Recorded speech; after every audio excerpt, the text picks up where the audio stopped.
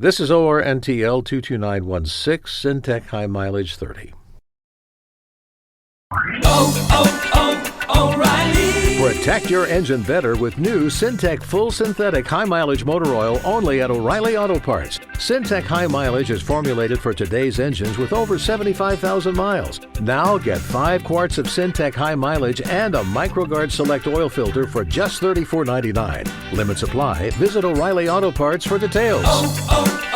O'Reilly Auto Parts.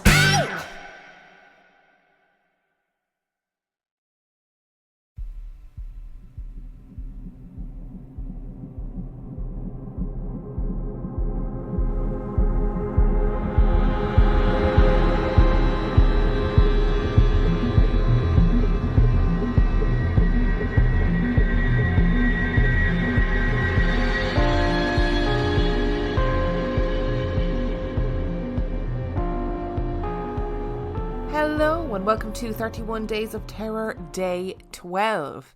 To kick things off today, I would like to thank our newest Patreon subscribers. I would like to thank Heather Ruiz, Lauren Palinka, Molly K. Harney, Nate M.F. Jones, Brandon Garcia, Amy Kavanagh, Cam, Charlotte, Robin Moscrop, Jen Mather, Megan Ryan, Kim S., Alexandra, Ashley Miles, Chris, Kelly Tripkovich, Janelle Parker, Julie Carlson, Charlotte F., and Keir Van Loo. Thank you so much for subscribing to the Patreon. I am so thankful for you every single day. And I have 6 spooky stories for you today. And story number 1 comes from Izzy. I don't want to say that I'm an experienced person in the seance world, but I have had a few, shall we say, weird experiences. The most memorable one was when I and my husband Paul were staying at my nan's house for the night. It was around 2011, maybe 2012. My nan has lived in her house for most of her life and has raised both her children there, one of them being my mum, who is now in her early 50s. My granddad, my mum's dad, died in the 80s before I was born, and a lot of the house stayed the same since. So what I'm saying is this house plays a big part in our lives and is very special to all of us. My nan has done a lot of seances in her lifetime, and once I was old enough, she's gotten me into them too. We don't do them very often. We almost go through phases where we do several in one year. This particular night was a really warm one, around the middle of July. We were sitting outside eating a Chinese takeaway. The night was still young and there was talk of a seance. My husband had done maybe 1 or 2 beforehand with my nan, so he was quite partial to the fact that my family are quite weird and do these things quite a bit. From what I recall of the events, given it's over 8 years ago, we got in touch with a little girl. She said she died very young and had a sister called Betty. Betty was my nan's next door neighbour, who had lived in the house almost the length of time my nan had lived in hers, over 50 years. The children grew up together. Betty is a lot older than my nan, she's in her late 80s. Although she's old and frail, there isn't anything physically wrong with her and she seems in good health. The little girl went on to say that Betty wasn't well, and the number 3 kept cropping up. The little girl passed and we got in touch with several others. Nothing significant that I can recall. Then we got in touch with something else completely. We ask it, "What is your name?" It spells out the name Lucas. And what happened next terrified us all. The 3 of us, my nan, Paul and I, all had our finger on the glass. And no word of a lie, the glass moved out of the circle and looped the letters on the outside. I have never ever known a glass to leave the circle. My husband was terrified and removed his finger from the glass. My nan and I continued. The glass moved around for a bit and then went back in the circle and clearly spelled the letters F-U-K-O-F-F. We were playing with something that night we should never have gotten into contact with, and whatever it was It wanted us to stop. My nan and I removed our fingers from the glass and immediately stopped playing. I haven't actually played for a good 7 years since, and I've only recently started again because we listened to your podcasts. It terrified the life out of me, and whoever it was did not want us messing. And story number 2 comes from Michaela. As a child, my paternal grandparents would take me on many days out. On this particular day, I was packed into the car and turned up to a grand-looking stately home in Lancashire. At the time, I didn't know the name of it, and it wasn't until 16 years later that I found out. My granddad paid for our tour. We were the last of the day and no one else but our group were left in the building. As the tour began, we stood in the courtyard listening to the guide talk about the age of the building and some areas we were about to see. Being 9, I wasn't really paying attention, and instead I let my eyes wander. That's when I saw a woman, dressed in what appeared to be an elaborate green dress through a window. She had a headpiece similar to Tudor style, also in a green colour. I thought this was odd, so I tried to gain the attention of my nan. I pulled her sleeve and asked her to look in the direction of the woman. She immediately shushed me, as the guide was still talking, and she was an incredibly polite woman. So I stayed quiet, but carried on looking. The whole time she'd been staring at the floor in front of her. I couldn't see if she was looking at anything as the window stopped just above her hips. The woman then looked up slowly, turned her head in my direction, and looked me straight in the eye. For a few seconds we were looking straight at each other. Then she slowly broke eye contact and looked at the ground in front of her again. Now this is where I freaked out, because she seemingly completely vanished before my eyes. Just there, solid and real 1 second, and poof, gone the next. My little mind was racing. I convinced myself she had simply stepped out of the light, and it looked like she vanished. We went on with our tour, which I enjoyed very much. I am an avid lover of history, so this was great. Towards the end of the tour, we passed through a sort of stone hallway with windows that looked out into the courtyard, and this was where I had seen the mysterious woman. I felt uneasy, but everything looked normal. That's when the guide stopped us to talk about the normal-looking walkway. He told us that a previous owner of the house had had a daughter called Jane. She had been in a scandalous affair with a servant. The young man had been killed in this walkway by Jane's father while she watched. Well, the blood drained from my face, and I abruptly blurted out that I had seen someone in this room. I told the guide what I had seen, and he was very keen. Apparently, he had been a guide for nearly 20 years and had never seen the ghost, but others he had shown around had. Everyone had a little chuckle at my expense, but the guide 100% believed what I had seen. We left, and while I remember the events, I still didn't know where I'd actually been that day. 16 years later, I was out for the day with my fiancé and his mum to a place called Houghton Tower. We planned to go to a stately home for a coffee and a tour. Immediately upon walking towards the stone entrance to the courtyard, I was struck by a really uneasy feeling. When I walked into the courtyard, it all flooded back to me. I went and stood exactly where I'd stood that day 16 years ago.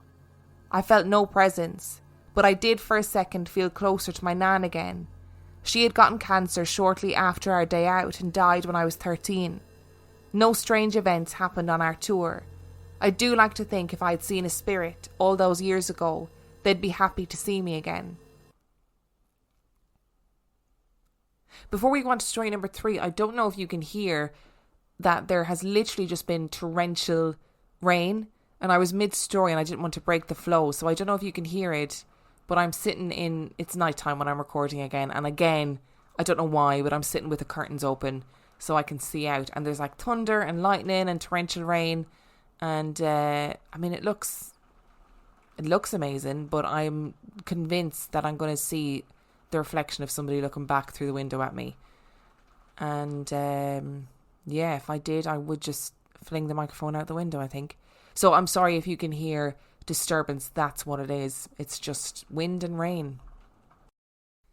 And story number 3 comes from Chris. I would start this by saying that I've always been a skeptic. However, I am now a believer of all things paranormal.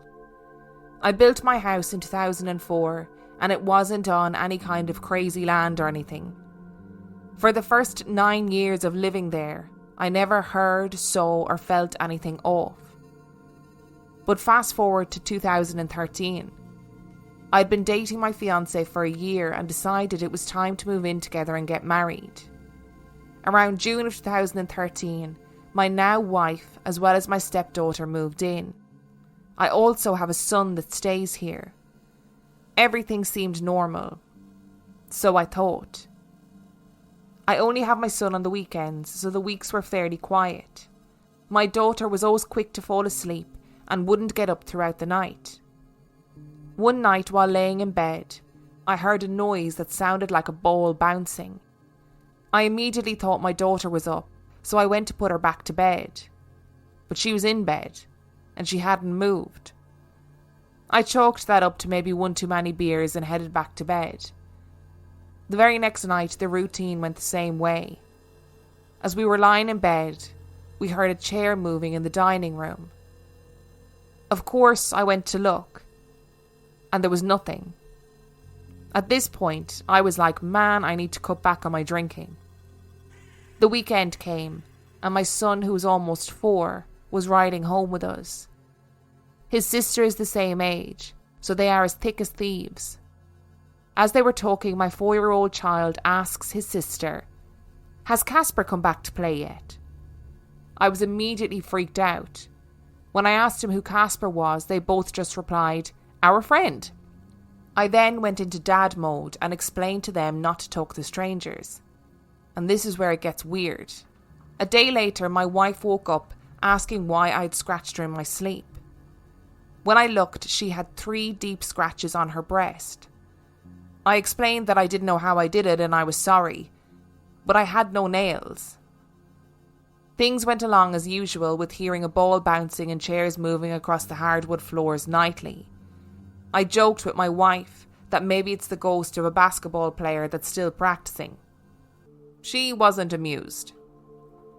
The very next night, she woke up again, telling me she felt something. I told her to go back to sleep and to stop letting her thoughts get the better of her. The next morning, as she got out of the shower, I noticed what appeared to be a bruise on her leg. It looked like a handprint. In the exact area she said she felt something tugging at her. It was hard for me to comprehend this, seeing as I was a skeptic. Things were normal for about a week. Around 2 weeks later, my wife came running back into the bedroom screaming that something grabbed her. I get tough and go to look, and I found nothing and no sign of anything. At this point, I was getting concerned about my wife. She had always been a believer. She even told me stories about hearing things at her old house that were supernatural, seeing shadow men and the like. I just went along with her stories because, I love her. A few weeks later, my job had sent me to West Tennessee for training.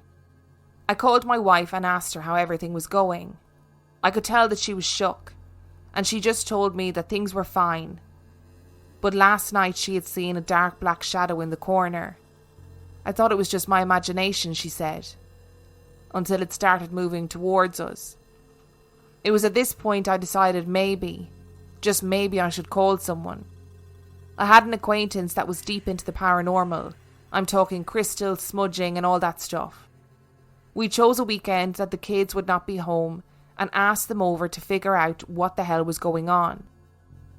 Once they pulled up and started pulling out this case of equipment, I immediately laughed, thinking of the Ghostbusters. They started out asking us a few questions and started smudging. They then told me that I must ask the spirits to leave. They gave me a prayer to repeat, and we walked through my home. Once we got to my garage, I continued reciting the prayer that I was told to recite. It was at this point the light started to flicker.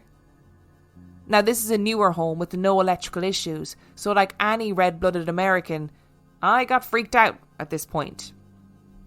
and the house became super cold. We decided to take it to our bedroom, seeing as my wife had felt most of the things there. They had some handheld machine that could see heat signatures. Once they pointed it towards my wife, it lit up. It was at this moment that everything for me went blank. Now, I don't know any of this, but my wife still insists to this day that this is what happened. According to my wife and the ghost hunter, I became a very red-hot spot on the monitor. My wife tells it as this: I was sitting extremely still and then looked around the room. I laughed and started speaking German or some other language. After the German, I went back to English and explained. You need more than a book and spells to stop me. I supposedly looked at my wife and said, You are mine. And apparently I said some really awful things to my wife and the ghost hunter. I woke up sitting outside my home. Granted, the last room I had seen was my garage. The professionals were extremely freaked out and would not come back in. When I asked them why they wouldn't help us, they just said they were scared. I insisted we needed the help, and they insisted I stay outside. They went back into my home, and of course I followed them. At this point, they were telling my wife to make sure I don't go near a mirror, so I didn't. They then told us whatever happened, it should be gone and to be thankful it is. I don't speak any German. Things were quiet for some time after the cleansing. 6 months almost to the day, we had some friends over watching a movie. Our children were with the other parents, so it was just us. As we were sitting there, we heard the laughter of a little girl. My friend looked at all of us and we just said, "Yep, we heard it too." At this point, we are okay with the innocent things. We know that something is here. I've seen a little girl walk into my daughter's room even when she isn't home. I can feel eyes on me when I walk by. I would like to say that some spirits aren't all bad, but some really are.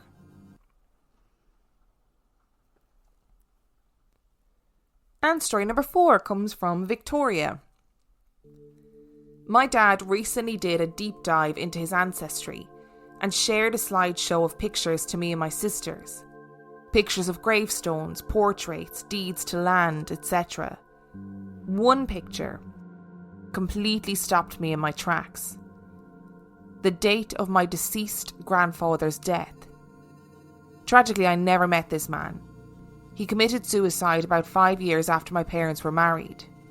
The date of my grandfather's death is my birthday. I was born exactly on the 4th anniversary of his passing. Now, this may be a coincidence, but as a 25-year-old, finding this out, certain things in my life now make more sense. When I was a little girl, we had visited my family in Richmond, Virginia for Christmas. One morning, I woke up before anyone else. I often did since I was an early riser. I stayed snuggled up in bed. As I was drifting off, my dad walked into the room. He looked at me, my sister and my cousin, and stayed at the edge of my bed, looking down lovingly. I was a silly kid and pretended to be asleep. As my dad walked out, I woke up and said, "Hi, Dad." He whispered, "Hi, Victoria." When I went down for breakfast about an hour later, my dad had changed clothes and was sitting at the breakfast table. I said, "Dad, you changed your clothes." My mom said that he had just changed from his pajamas to the clothes that he was wearing. And I said, "No, he came into my room this morning and was wearing a white button-down shirt." My parents looked strangely at each other. My dad said that he had just gotten back from setting traps to collect specimens for his field biology class, and that I must have dreamed it. He didn't go into my room this morning. I didn't know what this meant until I was older and I'd seen more pictures of my granddad. The man in my bedroom was my granddad. My dad looked so much like him, just slighter build. It would make sense that I would think it was my dad, being that I had just woken up. I didn't know what ghosts were either since I was only 7. Throughout my life, I've been in situations where I truly think I am in danger and seem to come out of it by a stroke of luck. I joke that it's my guardian angel, but maybe it's not a joke. Maybe it's my granddad checking up on me. The last time I think my granddad visited me was in my childhood home. I was calling my boyfriend to tell him goodnight when my cell phone began to sound like static. I hung up and texted him that it must have been a bad connection and proceeded to try and fall asleep. I know that cell phones don't make static noises when they have bad connections, the calls just drop. As I was dozing off in my bed, I felt a hand on my shoulder and a whisper close to my ear saying, "Victoria." It sounded like my dad, so I sat up expecting to see him. But nobody was there. And story number 5 comes from Anonymous. My mum and dad decided to rent a beautiful chalet in a wooded area by a lake, a place famous for its beauty in eastern Canada just before Christmas. They arrived and promptly started unpacking, putting the food they had brought into the fridge. They were a bit puzzled by how much food they had brought. Even though they would only be staying a few days, they brought food as if they were staying for ages. The chalet was lovely, but there were lots of pictures on the walls of what seemed to be the husband of the woman they rented the house from, which they thought was a bit weird as it was an Airbnb rental. The area where the chalet was is completely surrounded by pines, no other houses around, and being winter, it got pitch black quite early. The chalet had huge front windows, and my mum thought it was quite creepy that they couldn't see anything outside, but if someone was outside, they were able to look in. On the living room floor, there was a wicker basket full of magazines. They moved it to the side and sat on the couch with a glass of wine, and were chatting when they heard a loud crashing sound, like breaking glass coming from the kitchen. They got up to go towards the kitchen to check, and the basket of magazines was in their way, even though they'd moved it aside. They moved it aside again and went into the kitchen to see what had broken and couldn't find anything at all. When they turned to go back into the living room, the basket of magazines had moved again. They were quite spooked and decided to go to the bedroom and call it a night. The rooms were in a strange kind of basement level, and again with all those photos on the walls. They didn't manage to sleep a wink. There was a storm which knocked out the power and the house was freezing cold. All night long they heard a noise that sounded like something scratching the wall or door. They were too afraid even to go to the bathroom. When the day finally dawned, they had such a sense of dread they decided to get the hell out of there.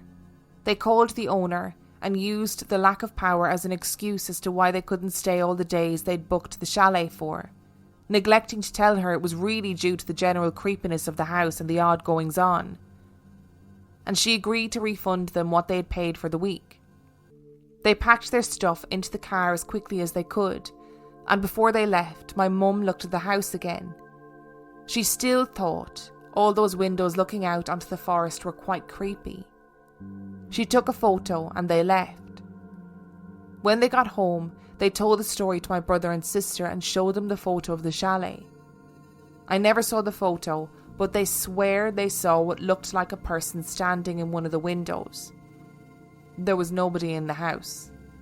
I know we always talk about synchronicities on the podcast, like multiple stories will come up at the same time that deal with the same subject or whatever, but why have I just talked about being sitting in the office looking out into the darkness expecting to see somebody looking back at me, and this story is about looking out into the darkness and not knowing if somebody is watching you? I am now shitting myself. Just want to let everybody know this is awful, and if I leave this room and anything is moved, I'm moving out. And story number 6 comes from Kriti. So I'm from India, and let me tell you, there are a million different ghosts, demons, entities, you name it, in the culture. When I was 14, I was sleeping over at a school friend's house. There were 3 other girls at this sleepover, and my friend's twin. So as teens do, we just had to do something out of the box, something that was forbidden. So we did what was pretty obvious. Sally lived in a huge house. It had 2 levels plus an attic and a basement, and there was a wooded area behind it. Just behind the woods, there was a shortcut for reaching a cemetery from British-era India. So when her parents were asleep, we took 2 small rucksacks and packed them with sour candy, candles, matches, chips and 2 thin blankets. We crept down the stairs, all 6 of us, and slowly unlocked the back door, which opened just into their backyard, which led to the woods. We switched on torches because they gave better light than the ones on our phones. We made our way through the woods and kind of took random turns till we reached the cemetery about 15 minutes later. It is worth mentioning that I'm not really a believer in the supernatural. I think that it's easily explained by science. So we reached the cemetery, and let me tell you, being in a cemetery in the middle of the night isn't anything like what movies and television lead us to believe. It was like 12:30 a.m. and there was no sudden change in temperature, no creepy sounds, no fog or other fucked up shit like that. I felt almost calm. It was quiet, but somehow noisy. I could hear all the crickets and the animals, but it felt calm. We laid out the blankets and started eating the snacks, and suddenly Joe said, "You know the cemetery is full of English soldiers and their wives." One of the wives was a nurse. Her name was Saoirse Cross. She was an Irish girl, and she supposedly overdosed patients on drugs just so she could later save them and have the glory. She's buried here. Being the young pioneers we thought we were, we decided to have some fun by playing hide and seek, and Joe was the seeker. We made a bet that whoever could collect sustainable proof about Saoirse's existence while hiding would have their coffee paid for by the other people for 2 whole weeks. While Joe was counting to 50, the rest of us scattered throughout the graveyard, not switching on the torches because we didn't want Joe to find us by light. I hid behind a large grave, which was in front of an opening into a mouth of the woods, so I was sort of hidden between trees and a tombstone.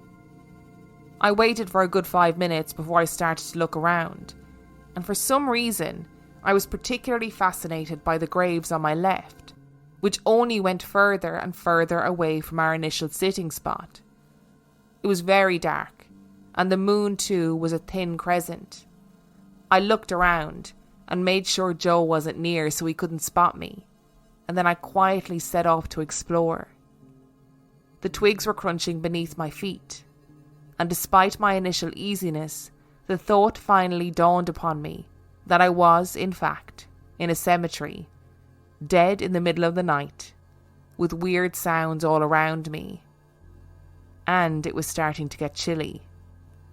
For the first time since our arrival, I felt spooked and uneasy and creepy.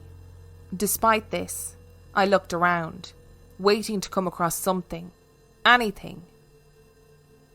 And it was then that I heard the sound of an additional pair of feet, crunching twigs, and turned around only to see Joe come up behind me, and I let out a small yelp, but quickly sagged with relief. He, on the other hand, had the laugh of his life and said to me, "Calm down, it's only me." I felt so cliched, like all the people in the movies who get scared by their friends pretending to be some haunted being. I asked him what he was doing so far away, and that he couldn't have possibly expected to find anyone here. To which he replied with a shrug that he too felt like coming in this direction because he felt a tug to it, and then he saw me and decided to scare me. Now, nobody else knew this, but Joe and I were very casually hooking up, and had been for the past 2 months, and didn't want to tell anyone. So we thought we were alone, there was pretty solid cover if trees nearby, why not make out for a couple of minutes? While doing this, my back was pressed against the trunk of a tree, and about 5 minutes later I felt like looking over Joe's shoulder, just like that for no apparent reason. So I did just that. And what do you know? I saw someone. I couldn't really decipher if it was a man or a woman, but someone, rather, the silhouette of a person. and I immediately screamed bloody murder. Joe, in a frantic state, looked over his shoulder and screamed too. He grabbed my hand, and all thought of documentation of that wretched thing was lost in the moment, and we ran like Satan himself was behind us. We ran towards where we came from, and after what seemed like ages, we came across Amy and Tina. They stopped and asked us what had happened. They had heard us scream and come looking for us. I was almost in tears and felt like I couldn't breathe, so Joe calmed me down. All the while, Tina and Amy stared at us, waiting for us to explain. Tina took out her phone and gave a call to Sally and Jess and told them to come to the location she gave them. After 3 or 4 minutes, the 6 of us were gathered around, and the first question Sally asked us was why. Joe was holding my hand. Jess told her to shut up, and I told them what I saw. Sally and Jess immediately burst out laughing, claiming that we were making it up. But Amy and Tina told them that they had heard Joe and I scream, and we had come running like it was a fire-breathing dragon chasing us. It was then that I told them the only reason I was in that place in the first place was because I felt drawn to it. And I could swear, at that moment, everybody paled like paper. Everybody had felt the same, although they didn't really feel like walking that far, so they just sort of toddled their way slowly over there. I was literally crying at that point, and Sally, being the immense maniac that she is, casually stated to us that she was going to go the whole way to where we were, where we saw the silhouette, and she wanted to look around. We pleaded with her not to just go back home, but she wouldn't listen, and we couldn't just leave her behind in the graveyard. I suddenly felt very brave and, to be honest, annoyed. I can't explain the annoyance, but I can say that I just felt like that thing had no right to give me a mini heart attack. So when I said that I would go with her, everybody just sort of looked at me and blinked and asked if I had hit my head or something. We all agreed to check it out and set off for what I can only call my stupidest decision ever. After a long walk, we reached the place. I showed them exactly where I was standing, and they all took turns standing there. While Tina was standing there, Jess looked around and suddenly called out to Joe. "Joe, what did you say that nurse's name was?" We walked over to where Jess was standing, and Joe told her that the name was Saoirse Cross. Jess then pointed her torch at a nearby grave, where we could just make out the name. It was David Langley Cross. The other inscriptions weren't visible. They were pretty smudged, but it seemed like he had died in 1897. And where it was written beloved husband, or that's what we presumed it to be, the letters S, A, R and E were visible, with gaps in between some letters, indicating the possibility of the name Saoirse to be spelt out. Never in our lives had we run out of somewhere so fast as we did that day. It's been years since that incident. Joe and I officially got together. Sally and Joe's parents still live near that horror ground, and Amy has PTSD from that night. But we're all still best friends, meeting up very often. But it has become an unspoken rule between us all that we never talk about that night, ever. Thank you so much for listening to today's episode. I hope that you enjoyed it. Thank you so much to Izzy, Michaela, Chris, Victoria, Anonymous and Critty for sending in your stories. If you would like to send in your story, you can do so by emailing it to reallifeghoststoriespodcast@gmail.com. You can also check out our website, reallifeghoststoriespodcast.com. And on that note, we shall see you tomorrow.